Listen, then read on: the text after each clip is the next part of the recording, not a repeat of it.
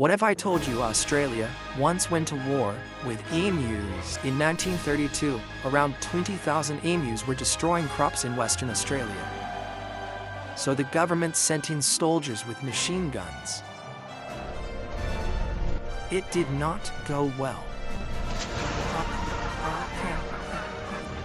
The birds scattered too fast, and the operation failed to make much difference.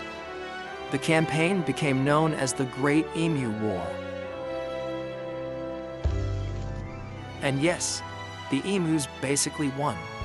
Follow for more strange history facts.